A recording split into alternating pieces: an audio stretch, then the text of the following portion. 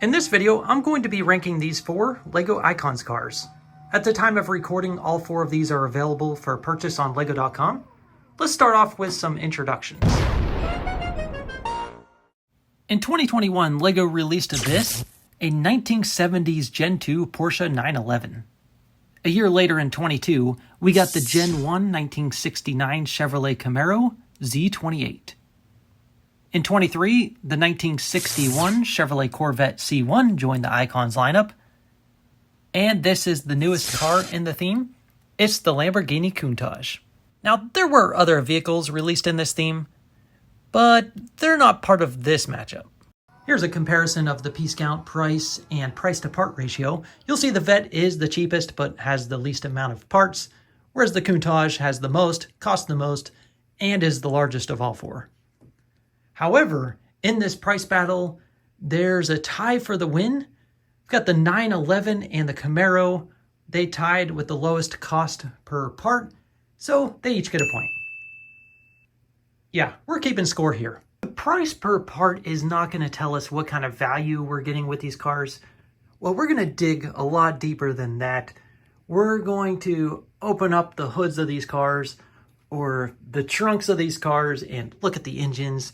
Do all kinds of comparisons. Let's first judge the book by its cover. Well, the C1 Vette is looking best from the front because of its color. Black on black, really? Eliminated. Let's take a look at the back. The 911 shows you 2 different configurations, the Targa and Turbo. No picture of the real car. Eliminated. All right. Here we go. The real C1. The real Countach. Which one's the real winner of the box battle? Well, we have to look at the bottom of the box to determine that. Look at this. Official GM licensing sticker. Holographic. Countach, nothing. Looks like we have a winner. The winner of the box battle is the C1 Vette. Now it's time for the battle of the books. Never judge a book by its cover. We've got the real car. Check. Evolution timeline? Check. Tidbit on the LEGO designer? Check. C1. Real car. Timeline. Designer. Camaro. Real car. Timeline. Designer. 911. Real car. Designer. Where's the timeline? Because of the absence of the 911's evolutional timeline and this mistake in the instructions, all cars get a point with the exception of the 911. Some battles will be more interesting than others. We've got an engine battle coming up, as well as a comparison of the different functionality of each car. But first, battle of the packaging. Who wins? The 911's windscreens were somewhat preserved with the tires. The Camaro's windscreens weren't separated and was most susceptible to scuffs and scratches. But due to paper packaging, the Vette's windscreens were flawless. The Countach's windscreen was equally as flawless. I'm giving a point to both the Vette and the Countach for going all the way. And for the first time in this matchup, we have a leader, but that's going to quickly change. Next battle is prints versus stickers. The Z28 has the least amount of prints and the most stickers of the 4 cars. All of its logos are stickers, unfortunately, though these headlights and these taillights do have prints. The Vette also has its fair share of stickers, including the logo on the back and all of the interior details. On the other hand, the Countach has no stickers whatsoever. All features are built up or are printed, though this is the only car not to have any real license plates. The 911 has all prints, no stickers as well, and even has extra printed plates. And an extra set of wheels. Let's go! On the topic of those extra wheels, I will cover the different configurations and customizability of each car next. But first, let's deal out some points. 1 point each to the Countach and 911 for having all prints, and a bonus point for the 911 for having extra printed plates and additional set of wheels. Now we have a 3-way tie. However, recent events must be taken into account. And I have a few last-minute points to award. With its printed wheel covers and abundance of silver accents, the Vette has the most prints of all four, so 1 point to Griffin Vette for that accomplishment. Corvette. The Vette is back in the lead with 4 points. Now let's take a look at what all of these extra pieces are for. However, let's create a twist in this matchup. Any good competition requires a twist. There's my twist at the door. Huh? What happened to your pants? From this point on, in addition to gaining a point, each car can lose a point and therefore end up with a negative score. Everything's made up and the points don't matter. That's right. The points are just like how wrong your girlfriend is when you're having a fight with her. Just doesn't matter. The 911 has two configurations. It can be built either as a Targa or a turbo. The Targa has a removable top, silver alloys, and a modest-sized engine. The turbo has a hardtop, black alloys, large spoiler, extended rear wheels and rear fenders, and a not-so-modest engine. The turbo is clearly the desired configuration here. The Z28 can be configured as a convertible or as a hardtop. In addition, there are 3 different colors of stripes you can choose from, and a different option for the headlights. The C1 Vette also has the option of being a convertible or hardtop, with one easy step that requires absolutely no instructions. Though the Countach has the highest piece count and price tag, there's no other way to build it.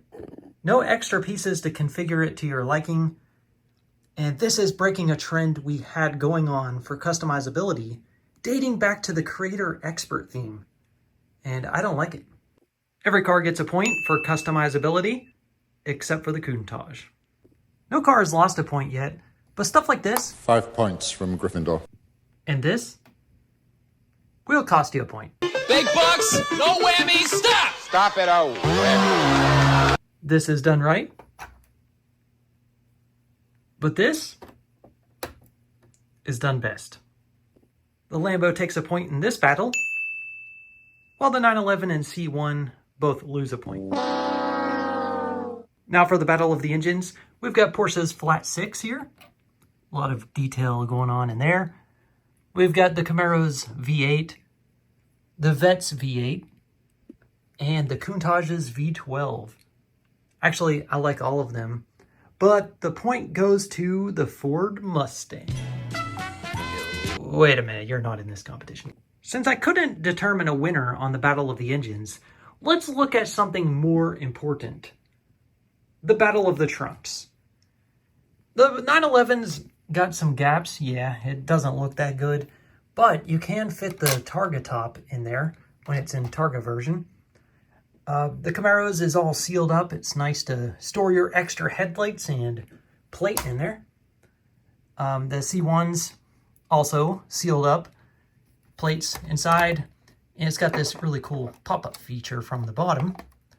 Now the Countach, it's small and there's nothing to store. No plates, nothing. That trunk could have been of use if they had an alternate build for the pop-up headlights. However, there's no pop-up headlights. Not functioning, not as an optional add-on. Therefore, the Countach loses a point. The headlights and taillights of each car is unique in their own way. Now let's do a comparison of wheels, tires, and steering. The Countach has a new wheel design, and when flipped around, it can be used for the front wheel. So it looks like they're using 2 different elements, but it's really only one. Also, what's cool is the doubled up, or 1.5 times width of the rear tires. It does have functional steering, but more on that in a little bit. The Vette has custom printed wheel covers, but it doesn't have the red on them like it should. And the white walls actually should be on the tire. That shouldn't be a white rim. The tires tend to bend inward a lot, and if you're not careful, they will pop off. This car is definitely the least fun to drive around. It tends to get caught up. I think I just broke it. 5 points from Gryffindor. The wheels of the Camaro have a proper chrome look to it. There's a little bit of inward bending because of the size of the wheels. However, it's still the most fun to drive around. The 911 steering is good. The wheels come in black and in silver, and actually originated from a different car. Yes, the Ford Mustang. That's also the car that revolutionized the steering for all of these Icons cars. Except for the C1, that's just bad. 5 points from Gryffindor. So, point to the Ford Mustang. Oh, wait a minute. Let's take a moment to get caught up on the points distribution. Griffin Vet was in the lead with 4, but you know what happened to it. Its wheels fell off. Now, every other car gets a point for great steering, great wheel design, and now it's a close battle. Well, it was always a close battle. Now let's do a battle of the interiors. For this exercise, I'm going to get help from my little friend. His name is Tom. Y'all know what happened to Tom when I tried putting him in the Countach. Well, if you haven't, you better watch this video. Remember when I said I would come back to the steering on the Countach later? Well, it's really hard to access with your finger because of this dash protruding outward. But also, look at the arrangement of the steering wheel with respect to the seat. You're driving with your feet. Aside from that, there's no other complaints I have with the interior. You gotta expect a good interior with a convertible car, right? Now, there was no way I was gonna fit Tom's legs underneath that big steering wheel and in between the seat. But I do like the interior of the C1. We've got foot pedals for the gas, brake, and clutch. Got a rear view mirror. Yeah, things are looking pretty good in here. Yeah, Tom is a small guy, but he's looking pretty good in the Camaro, the Z28. And the interior for it is nicely done as well. However, the steering wheel is not centered with respect to Tom, so Tom scooted over on his seat. Tom can pretty much be anywhere in this car. Aside from his feet, he can also fit in the trunk. Not sure why you'd want to do that. The interior of the 911 is just right for Bob. He fits in nicely, the steering wheel is centered, and I don't know, I just like this interior. The bench seat, you can barely see it with the turbo configuration, but it's there. Here's how you have access to that back bench seat. Bob has really helped us out in this segment, but now it's time to say goodbye to our little friend. So what exactly happened there? Well, obviously the Countach and the Z28 have steering wheels out of alignment. Instead of taking points away from them, I'm just going to award 1 point to the 911 and 1 point to the Vet for the Battle of the Interiors. We are nearing the end of this competition, and the new leader is the oldest Icons car of the 4. In fact, there's only 3 more major battles left. The Battle of the Exteriors, the overall experience, and the final presentation. Yeah, I know. I told you I'm going to make up new battles if the outcome is not how we planned it to be. Wait, is it on record? Before I get to the final 3 battles, I wanted to point out some interesting things about the evolution from Creator Expert to Icons. Each year, LEGO introduces new elements to help out with the curvatures of these specific and curvy cars. Well, it goes back to the Creator Expert theme, where we got new curved slopes for the doors and the roof, and we can see that it was reused in the 911's design, which is awesome. Same wheels, same wheel design. In fact, they both have rotors, which is really cool. You could see a suggestion of rotors back there and here. Same windscreen, same steering mechanism between the two. Well, it's because it's the same designer. So the Mustang from 2019 was one of the last Creator Expert cars, and then it transitioned to Icons. And so I think that's cool that the same LEGO designer helped transition the company to this new theme. Also, new elements were born with the 911, including that slope back there, that would be reused on the Vet right here, just recolored. Also, a new size for this slope was invented and reused on the Countach. And the steering was born with this car. The steering of this scale of model, the system-built car, and it was reused for the 911, for the Camaro, and for the Countach. I don't know what happened here. With the Camaro, we saw new fender pieces designed. The Vette, new slope and arch piece. And then there were some subtle slopes invented for the Countach that we'll probably see again in a future model. Now let's get back to some serious business. This is the battle of the exteriors. Which one looks the best? Shaping is good here. This is very boxy, but I would imagine the original car was. I like the shaping going on through the door here. But the Countach easily beats the competition with its curvature and realism towards the real thing. With that point, the Countach ties up the score with the 911. And now onto the overall build experience. The Countach wasn't very exciting until I got to the doors and started working on exterior details. However, something was more exciting to me than that. And it was the build of the 911. The front bumper, the back bumper, this whole section, how it's coming in at this angle, got upside down building construction going on. This one impressed me the most. So I'm going to give my point to the 911. And now for the final battle. This is the final presentation, where all pros and cons are considered. Both of these cars have all printed elements. Shaping, overall appearance is great. So is the look at my table. Now let's zoom back out. Only one of these four cars, believe it or not, has a Lego designer video. So, the presentation award goes to that car, the Porsche 911. Makes the 911 the winner in this competition.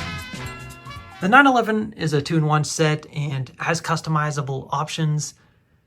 That was one of the last deciding factors that made me choose the 911 over the Countach, and it is $10 cheaper as well. Okay, the Countach is in second. Who takes third? We have a tie between the Z28 and the C1 Vette.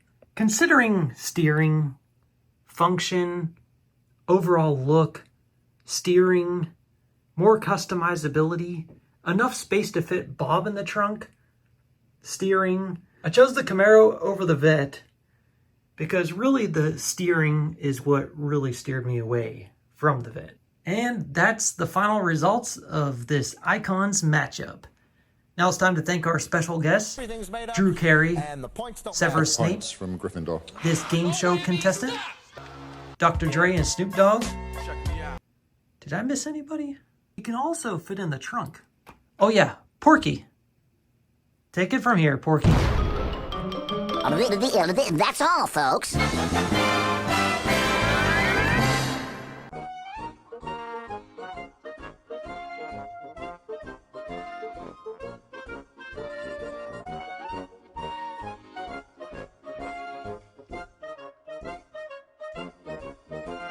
However, few last-minute points to award. Point to the Ford Mustang for its innovation. 1 point for its curb appeal. 1 point for its printed stripes. 1 point for its serpentine belt. 1 point for the designer's great hair. 1 point for its supercharged engine. 1 point for getting so many points.